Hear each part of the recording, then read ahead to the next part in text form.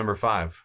All right, so number 5, I went ahead and went with the First World War, kind of where it all began. Now, military propaganda, of course, has existed throughout all of human history, but in the American experience, World War I would say would be the beginning of what we would recognize as a modern psychological operations capability. Just for a little bit of context, so the United States gets involved in the war a little later. The war had been going on for 2.5, 3 years in Europe and other theaters. And so we were a late comer into the war for various reasons. The Allies had been fighting in Europe, characterized by trench warfare, static warfare, heavy losses of life with very little territorial change. There was fronts in Africa as well as the Middle East and the Caucasus and so on. Interestingly, the Allies actually were doing their own combat propaganda campaigns prior to U.S. Involvement in the war.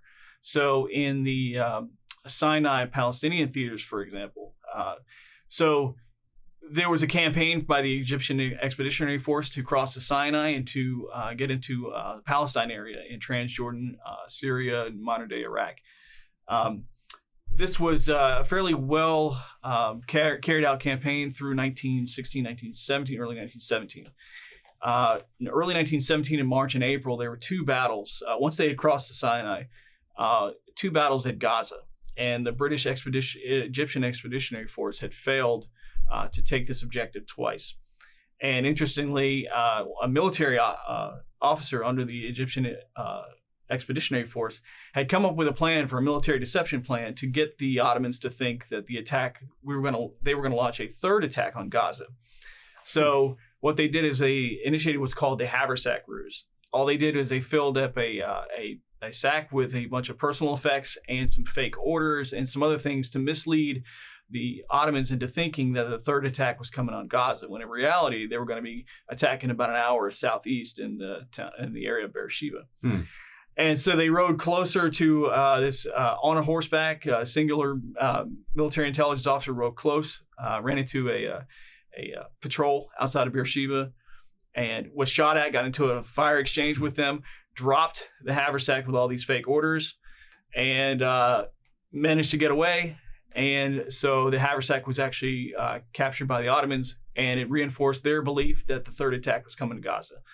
And so they reallocated their forces there, when in reality the EEF was going to go attack Beersheba. They successfully took it on 31 October 1917, which set in motion a series of other successful battles and the victory of the Egyptian Expeditionary Force in the theater. So that was just an early example of a military deception campaign. So that was going on, but we were very slow to get into the game.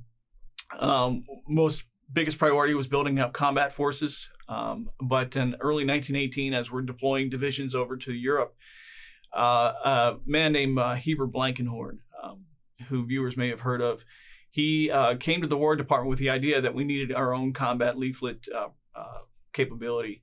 And he talked the War Department into establishing a small staff section within the Military Intelligence Division called the Psychologic Subsection MI2. And he got permission to do it, but it was only a planning cell. He got a handful of officers to join him to plan and study on propaganda and combat leaflets. And by summer of 1918, he got permission from the War Department Secretary of War, Newton Baker, to actually deploy with this small team to the American Expeditionary Forces in France. And they set up the propaganda section under G2D, American Expeditionary Forces. So very short window of time that they were operational, between August and November of 1918. But in that short amount of time, they managed to design 19 or 20 leaflet designs and deploy about 3 million of them, disseminate about 3 million of them, resulting in several captures on the Western Front.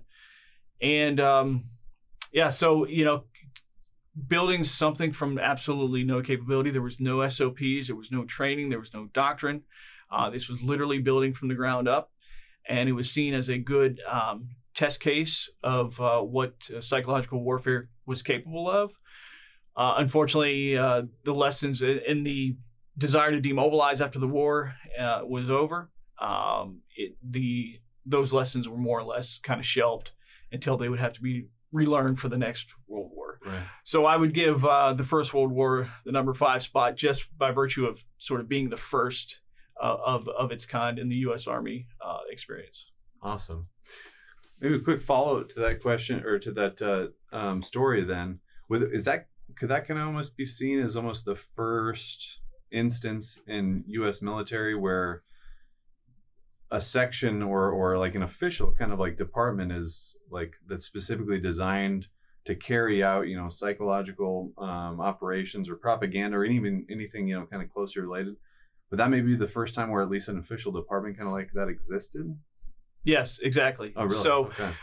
one of the reasons for the odd name, the psychologic subsection under the War Department, was the fact that the president himself, Woodrow Wilson, hated the whole idea of propaganda, especially particularly military propaganda. Okay. So anything with the idea of propaganda attached to it, at least on the military side of things, was not going to be allowed. So they kind of hid it in using the term psychologic subsection, and the idea was to study what was maybe potential or possible in psychological warfare. Of course, when it goes overseas, it's game on, and they assume they go ahead and call it what it is, a propaganda section, and they get to work and bring a unique capability to the Army.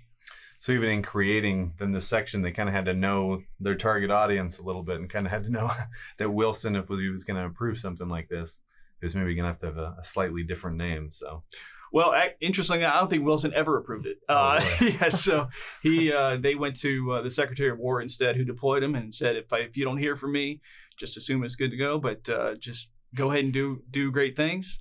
And all of this was completely on-the-job training. There was no SOPs or relationships with air assets, for example.